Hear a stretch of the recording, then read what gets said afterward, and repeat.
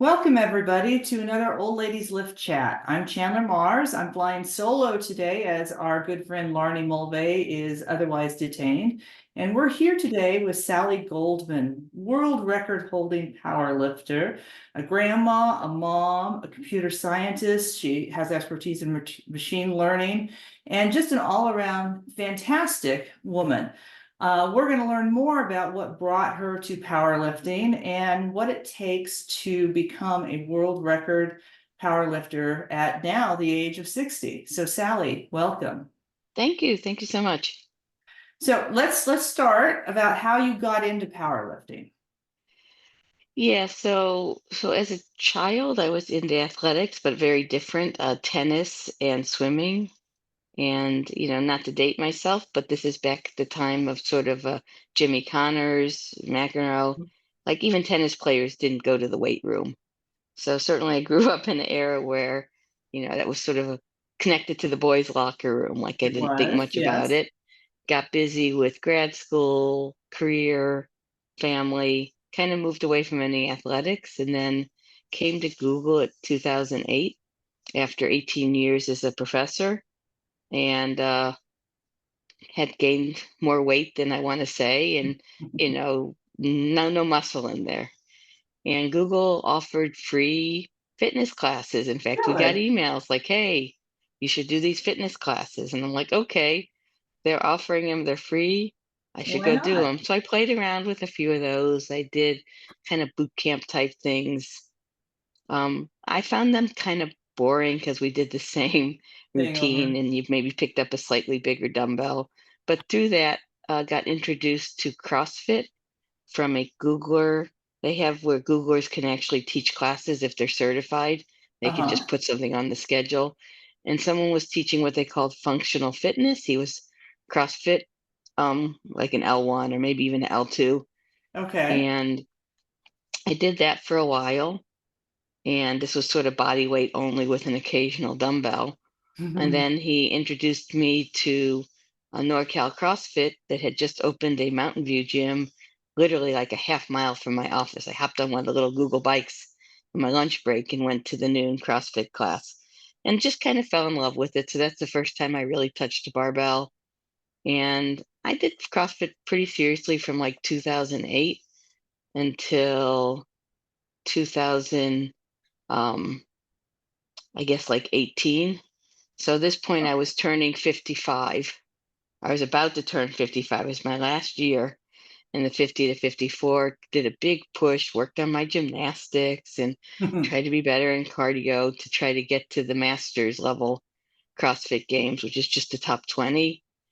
And as each year, I always fell a little bit short of that goal. There was always one workout that I couldn't keep up with.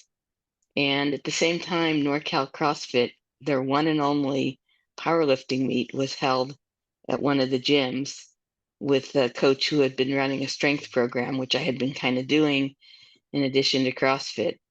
And I'm like, oh, I should do this. And if I don't qualify for the CrossFit Games, then I'm going to try powerlifting because at 55, the weights got even lighter. And then all my weaknesses were even further exposed. So I did that meet.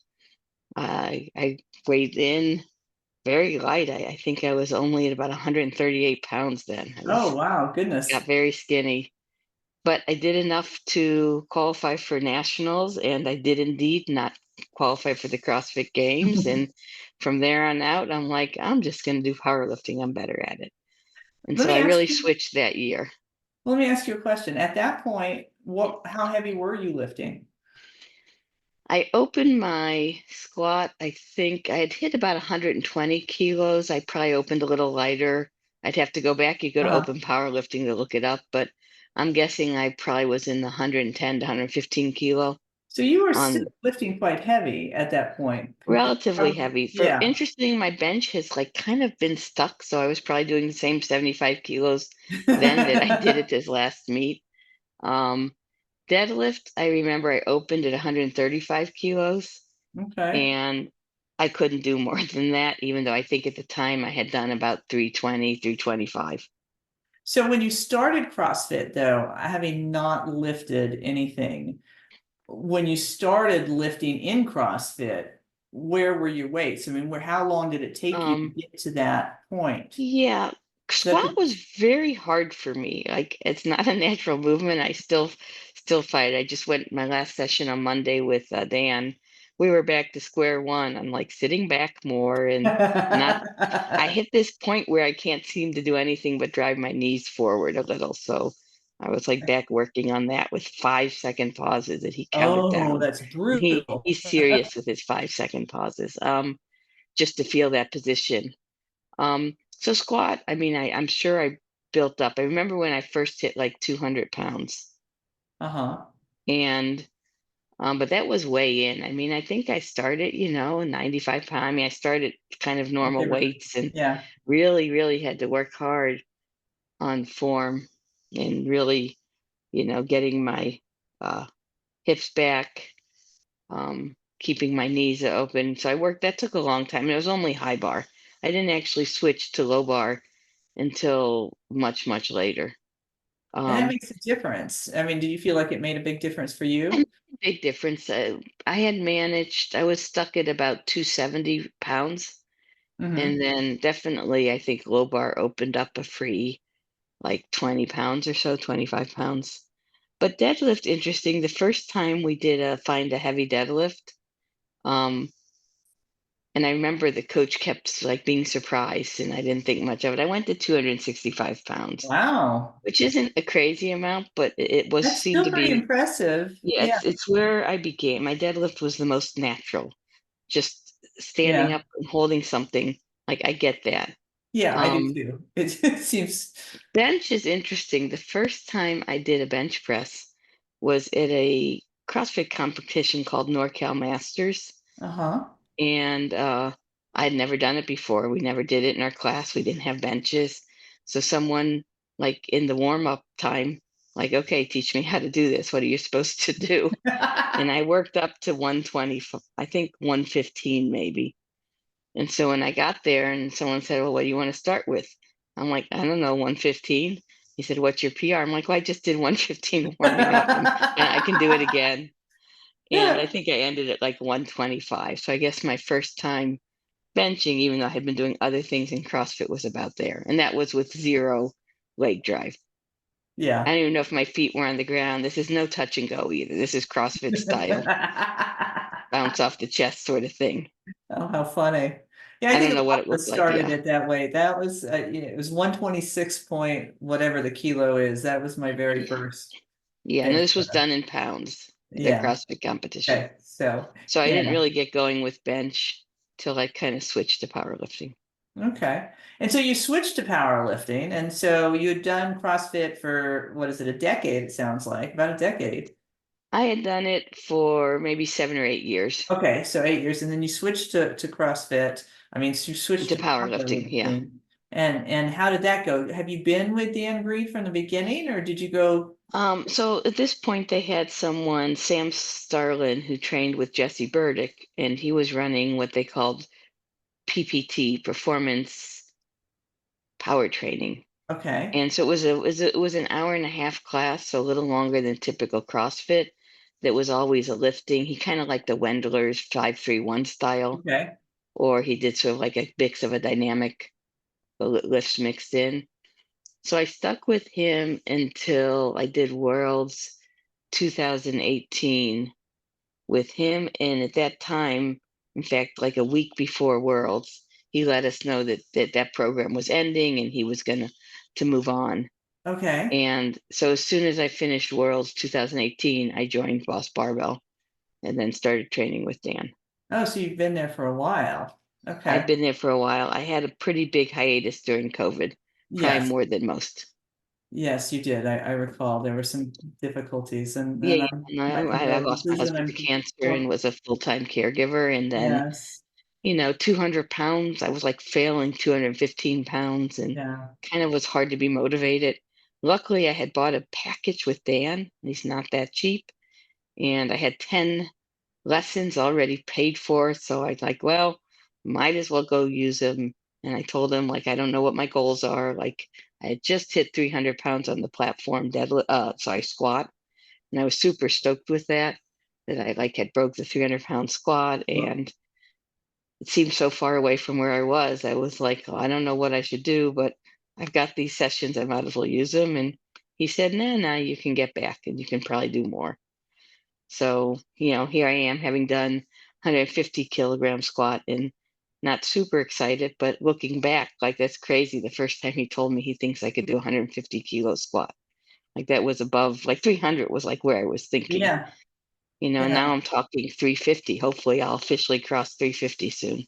yeah. I actually remember when you did your first 300-pound squat.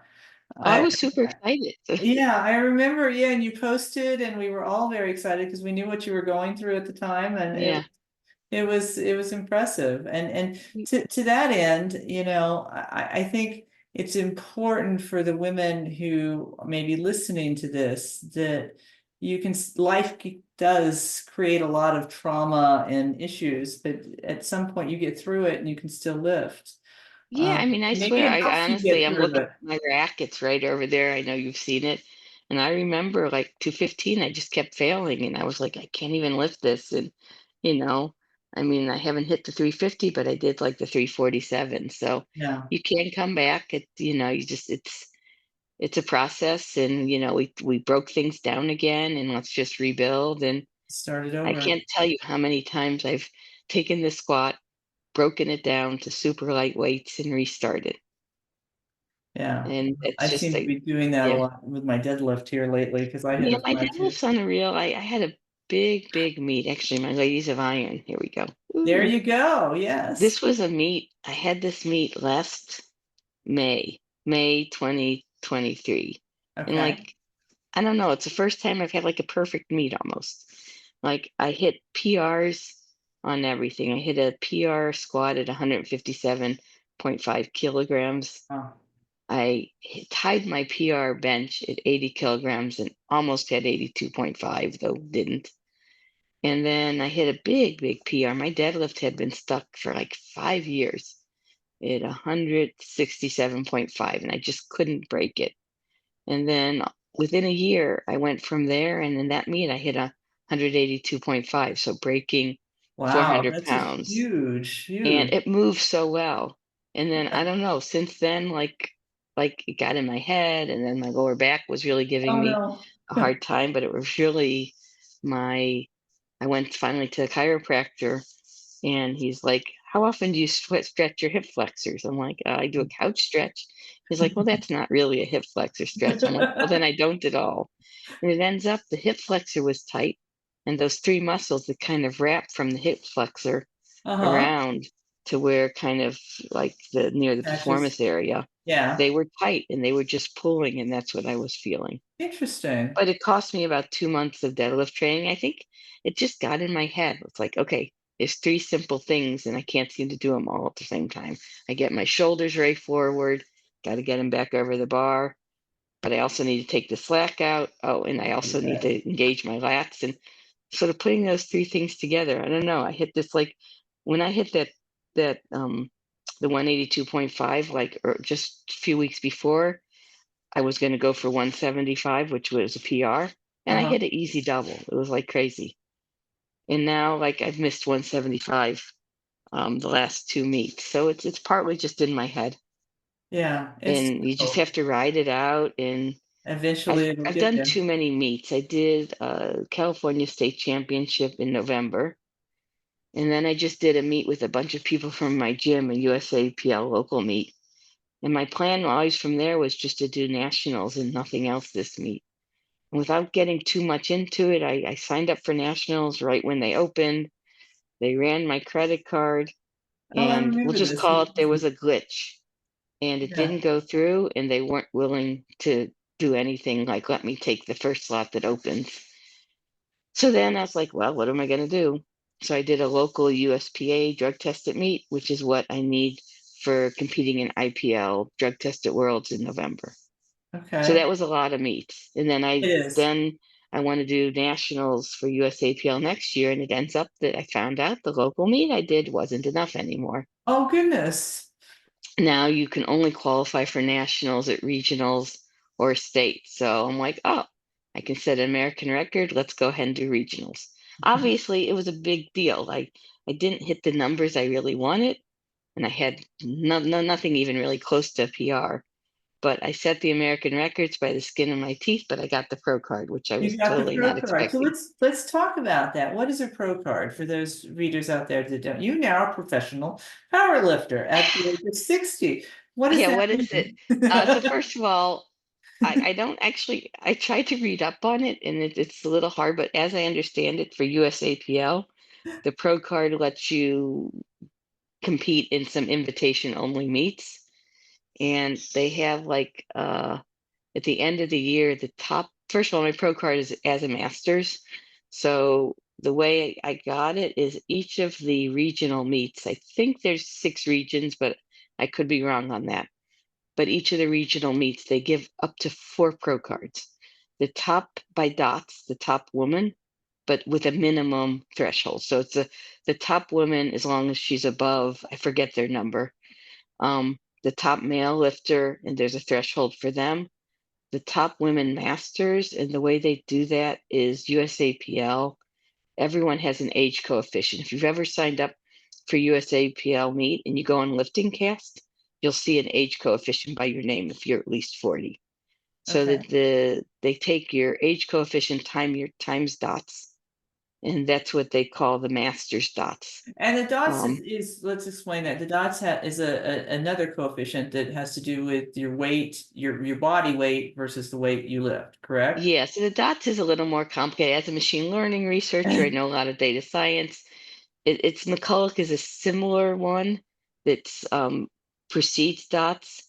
I think dots is done with newer data and maybe from powerlifting. They take a bunch of data from lifters, and from this, I think they take like lifters at the 90th percent, but I don't know. But they gather a bunch of data and they compute a fairly complicated formula that's just, it's a curve fitting. So they Okay. fit, I think, a fourth degree curve. I don't, I've looked it up at one point and I forget now. But it's basically statistical and fit to the data. So the actual formula is very complicated, but there's calculators online.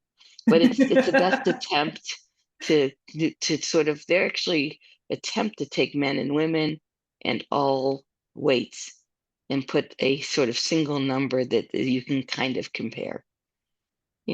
From my standpoint, I feel like the lighter lifters always seem to do better with it, but of course that's probably because that's I'm not in that group. But it's been made to balance as best possible. Yes. The age coefficient is much more easy. You just multiply your dots by the age coefficient, Okay. and it's by every year. So dots is a formula based on data that attempts to create an equal number to compare across ages and technically genders too. Okay. And Um, so so with that, you achieved a dot score that was was worthy just of over the scorecard. 450. So as an age adjusted dots, just over 450. And that was higher than, and there were 10 women in this meet. So that was the highest of them, including some very impressive lifters who I was surprised to be ahead of. Um, I don't think they had their best day either, but that's the way it goes. And I mean, that's how life is. And I was above the threshold, which was 400. Okay. So this particular meet, none of the men master lifters got a pro card because no one was above their threshold, which I think Oh, is 420 or something. It's slightly higher, 425. okay. So all the regionals have the same threshold. So basically, every regional meet has the potential of 4 pro cards. So it's the best lifter with a minimum threshold. And then with the pro card, you can be invited to invitationals where you Yeah, I did get an potentially. invite to nationals, which at this point, timing wise, doesn't work. So I politely turned it down. Fingers crossed. I would love to compete at the meet they have at the Arnold. So I hope I've Oh, earned an invite yes. to that. And then at the end of the year, they have a pro series where they invite the top 10 masters women, top 10 masters men, I think top 10 women, top 10 men, and I think top 5 in the equipped for all Oh, those. And that actually has prize money. I think it's 5,000 for masters first, down to 100 for 10th place. oh, that's cool. So there's some money there. There's some money. I mean, it's not a I big say purse, pro. but I it's don't it. think anyone's going to make their living off of No, it, no, certainly not. But it's something but cool that you can yeah. say. So, what's your training schedule like? I have used to do 5 days a week. I'm usually at the gym about 3 hours. I am finding that 4 days, when I actually hit my big meet, where I got PRs and everything and a massive total PR, I was only doing 4 days a week. And I think that let my body rest better. And then when I wasn't doing as well, I kind of went back to 5 days a week, which was probably backwards. So I mostly will do 4 days a week. I do a programming. I meet with Dan. I train with Dan Green once a week. And together, let's say we do my programming. He doesn't, we talk each week and he Mhm. kind of guides me. And I've kind of figured out what he likes me to do. So I have 5 day a week programming, but I will stretch that over 7 or over 8 or 9 days. And so Okay. it's fairly flexible, and I kind of shift around the order I do everything. Like this week, I squatted with him on Monday, and next Monday, I'll deadlift with him. So I did Oh, okay. deadlifts this morning, even though bench would have been next, and then I'll bench on Friday. So I'll kind of flip things around. Bench is always easy to get in because the upper body isn't as hard to It recover from. recovers more My quickly. Yeah. secondary day is some seated presses, and I do 12 sets of 20 push-ups, so Holy 240 cow. push-ups, but over about an hour. So I Okay. do 3 minutes in between, and that means I finish the push-up, I go walk to my phone, I start it, I wait the 3 minutes. I turn off my phone. I'm like, okay, Keep let's on go do mucking. more push-ups. And I do try to use that time for stretching. So I try to be somewhat disciplined about foam rolling or stretching or Uh, doing something in those breaks. And then sometimes I'll throw in a few extra bonus sets of 15. So I'll take it up to like 270. and so Um, you're at the gym for 3 hours on each of these training sessions? Are there? Most of them. If I have a meeting at work, sometimes I'll try to rush it, but if I have no meeting, I mean, we know it's a gym. I have friends there. There's time Okay. between sets. There's spotting. But I do a lot. That's still a long time. That's an Yeah, I mean, impressive I'll do amount. pretty high volume. Like if I squat, I'll probably do some sort of a primary and then some drop down and usually an accessory, which might be a Hatfield or good Uh-huh. mornings. So I'll usually do like three major things and then some accessories, and there might be three or four accessories. So, yeah, that shows up, warming up, stretching. Okay. Um, And so yeah. let's talk about warming up and stretching and rehab and rehab. Hmm.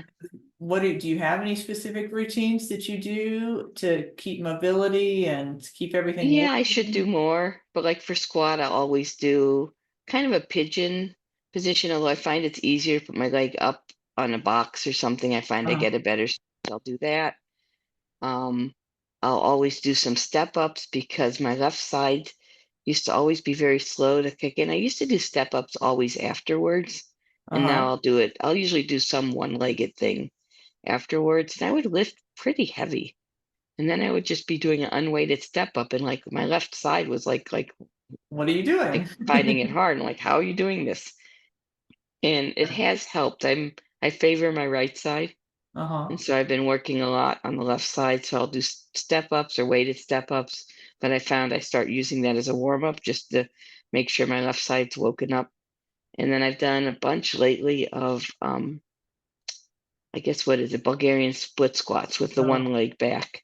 And I do that with yeah. a barbell on my back. Oh, I hate those, but they're very useful. I find. For me, that worked better. I had been doing walking lunges with dumbbells, but Uh-huh. I found that I could kind of use the momentum in the back foot to Yes. cheat. You can cheat a little And the bit. Bulgarian split squats, it doesn't Up and have that down. same Yeah. ability and the step ups. Yeah. So and then so for squats, I'll do that. I'll do some step ups. I started doing good mornings because I found that warming my back up was good. And then I'll Okay. do usually some bands on my knees with a 5 second hold at the bottom and then up just Mm-hmm. above parallel for 5 seconds until I'm doing Oh. 30 seconds. And then I'll get the barbell and start doing the warm ups with that.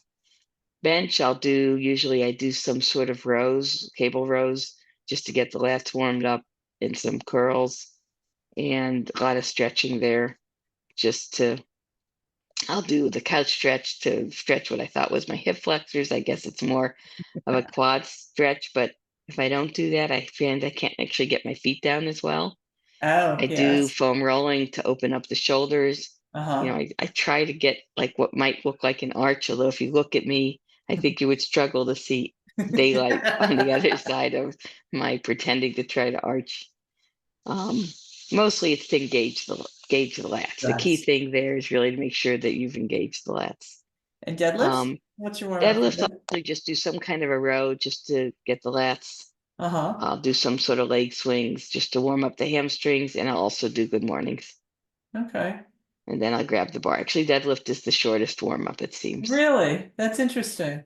Well, it is probably for me too, but comparably, the squat is much longer because it takes me forever to get my hips open. And if I'm squatting with a straight bar versus a safety bar, it takes another 20 minutes to get my shoulder to work. Oh yeah, and I didn't even mention just the ankles and like putting Yeah, the toes up on the rig and doing that, and then getting at the yeah. bottom of a squat and just rolling and into the ankles. So there's all that too. I didn't even Have list. you found that as you've gotten older, it's taken longer to warm up, or because you've gotten more under your belt, it doesn't take as long? No, I keep adding a few more things, so it probably does take a little longer. Okay. Um, and then it's interesting. So I just this last meet switched from SBDs to using these ins or knee sleeves. Oh, I remember that And story. yeah, they're really tough. I can get them on and on fine. I have no problem putting them on. Yeah, That's easy. Just pair of knee socks and they slide right yeah. on, lickety split. Getting them off is what's so hard. And I have noticed that when I'm squatting, my first two warm-ups, I'm having trouble getting to depth. I'm right Really? close. And I thought, oh, it's these knee sleeves. Well, I switched back to SBD and sure enough, like, no, I need to really spend more time stretching. So now Dan said I should like doing more Cossack squats and really loosen up there Yeah. and holding weight at the bottom of a squat, but not like sunk down, like right below parallel. So we're kind of playing with that, widening my stance a little, trying to get me to sit back. I'm always fighting depth. I did get my first squat at 37.5 this last meet, which is my first opener over 300. I felt I got super deep. I got all white lights. The Well, that's second good. one at 150, I knew my knees weren't quite pushed out as hard, but I thought Uh-huh. I did okay. But interestingly, I got one red light from the side judge, one white light from the other side judge. But the front judge gave me a red light for depth and seemed like that's the way it was. Oh, that's too bad. So I had to redo that one, and then I redid it and I got all three white lights. Well, that's good. So it was close, but Dan's like he lost one for depth, so we're back Gonna to go sort of back to the figuring out beginning. Yeah. how to make sure I can just not worry about depth. But that always seems a little bit of a battle for me that I'm always, and I still use my block to help I me know. I see gauge depth that. because it really helps me. It helps me sit back. I can tell usually, especially on the lighter sets, if I'm hitting it, certainly for a pause. Uh-huh.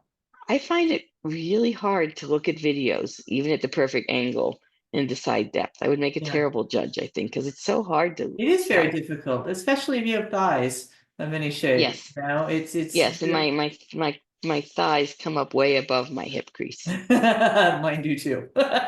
So, Um, what do you do for diet? If you're at the gym for 3 hours, you must have to really fuel up. I do some protein-enriched oatmeal for breakfast. Um, Actually, the gym's been good lately. They've been keeping like bananas around, and I Uh-huh. usually keep like a few, like some sort of a small size protein bar. So sometimes I'll have a snack In the after middle. my primary stuff before I get to um my accessories. And then I get to work in time for lunch, and then I'll try to eat a good lunch. Oh, so you work I've out in the morning before you go to work? I do. I first thing in the morning, but I'll usually get at the gym about 8:30ish, 8:40. Okay. Wow. So I find that if I work out in the morning, which I do on Fridays because that's when I'm with my coach, that I'm pretty much toast as far as my brain functioning the rest of the day. No, it works out well, and then once I get to work, it's harder. I started this right after COVID just to because I was living with my grandson. I still do, and I just didn't want to bring germs in. Uh-huh. And the gym's a lot quieter in the morning. It's also when Dan does most of his training. And I kind of really got to enjoy the morning crowd and just beginning the day. And the gym's a lot this time of year.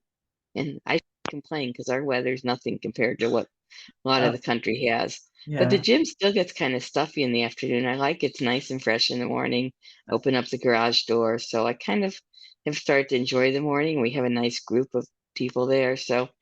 Um, so that works out fine. I'll generally try to do Monday, Wednesday, Friday, and then one weekend day, adjust it based on my work schedule. Okay. Well, that's wonderful. So if you're talking to women out there who have not considered lifting, what would you tell them? I think you have to give it a try, and for nothing else, that's not why I did it, but it's great for bone health. A lot of women don't do any weight bearing, and I think it's super important. And find a good trainer if you can, and if you can afford it, or someone who can actually look at you and watch you. And you might be surprised. I never particularly thought about lifting. It was never on my radar screen, and it ends up, yeah, I'm actually reasonably good at it. You're very good at it. You're very good at it. And So I let's, still think I can hit a few more PRs. I oh, haven't I given think up you yet, can. although And I need to get back to what I did. I am fighting to compete with the Sally of May 2023. So oh, I got to first Sally catch will that come back. person. Yeah, I'm sure she will come back and come back probably with a bonus. I mean, I'm sure you'll just blow right through it when it finally all clicks again. Yeah. And I get my fourth attempts back with the USPA now. Oh, there you go. So I have this opportunity, if I want to not be quite as aggressive, I can, at least in terms of PRs, do Hmm. fourth attempts. They don't count towards the total. No, they don't, but it Yeah. is if you're on, then go for a fourth attempt. Yeah, I like that idea that I can maybe be not quite as aggressive on the third. But you know what? I'm way too far. This meet is in November. When we get to November 1st, that's the soonest we'll actually get serious about thinking about Sure, game sure. plans. So it's a good long trajectory to train, you I know. need that. I really need to be not training for a meet. My body needs that break. It does. I'm Do you getting ready take, to visit family, my kids in the East Coast, and my family in St. Louis. So I'm basically kind of keeping it pretty chill till mid-July, and then I'll get serious again. that sounds like a plan. Let me ask one more training question. So you're training very hard, very consistently. Do you take deloads during this training exclusive of the meets or do you just go?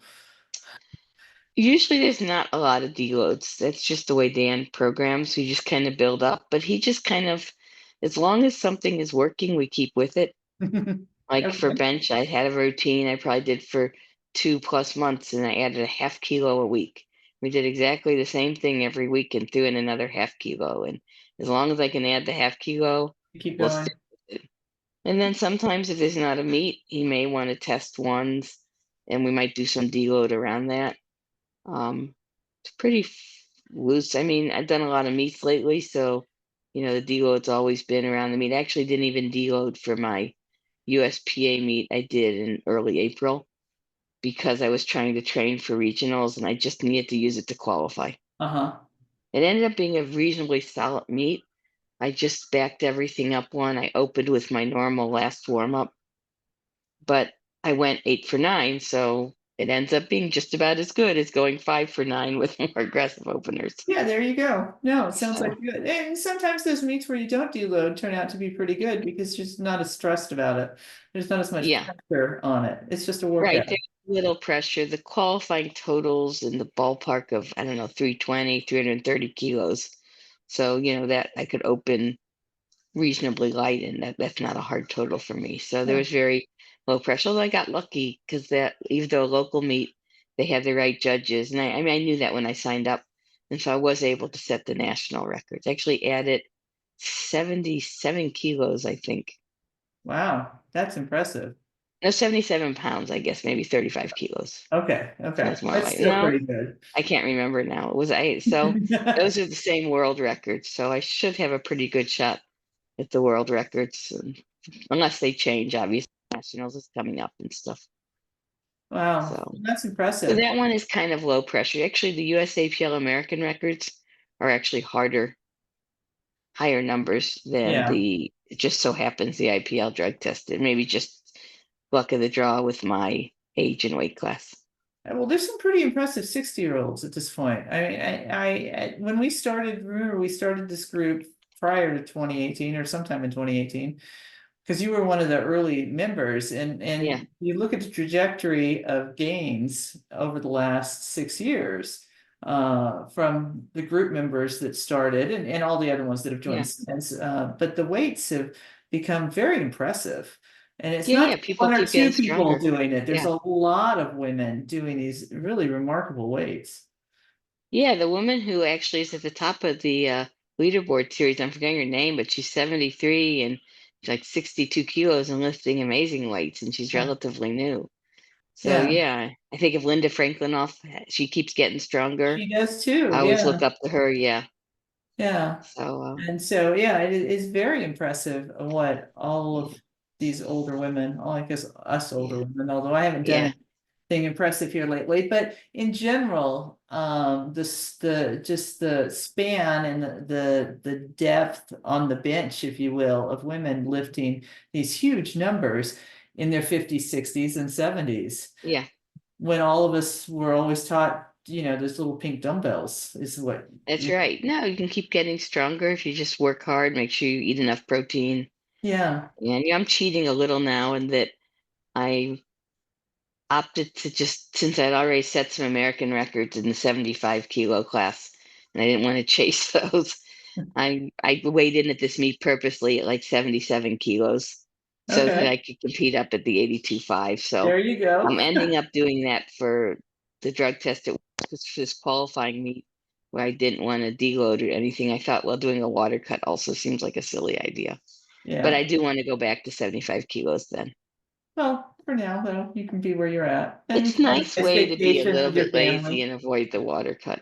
Yeah, there you go. Well, I want to thank you very much for spending time with us today. I hope that all of our listeners got a chance to understand more about what powerlifting is at this level. I want to remind our listeners that we have a Facebook group that's private called Old Ladies Lift. So if you're a woman over 40 and you powerlift, you're welcome to join us. There are no men that are allowed in this group, though they try regularly to get into it. We also have this, obviously, the YouTube channel, Old Ladies Lift, an Instagram account that's called Old Ladies Lift Official, and a website that's called oldladieslift.com, where you can get lots of cool t-shirts. I'm wearing one, but you can't see it because of the angle of the camera, but it says Old Woman Strength on it. So Yeah. um, And thanks take, for you for doing all. I mean, you've done an amazing job with creating the group, and it's a great Facebook group. Everyone's really supportive. So thanks for all you do to kind of keep it that way. you're welcome. You're welcome. I enjoy it. It's fun. It's kind of my de-stressor, if you will. That's kind of the first group I look at in the morning when I look at Facebook, is to see how It's everybody's good. doing. But yeah, and so take a look at all those things, buy a t-shirt from our website, and be sure to listen to some of our other videos on YouTube. And again, Sally, thank you for being here, and we will talk again soon, I'm sure. Sounds good. Thank you.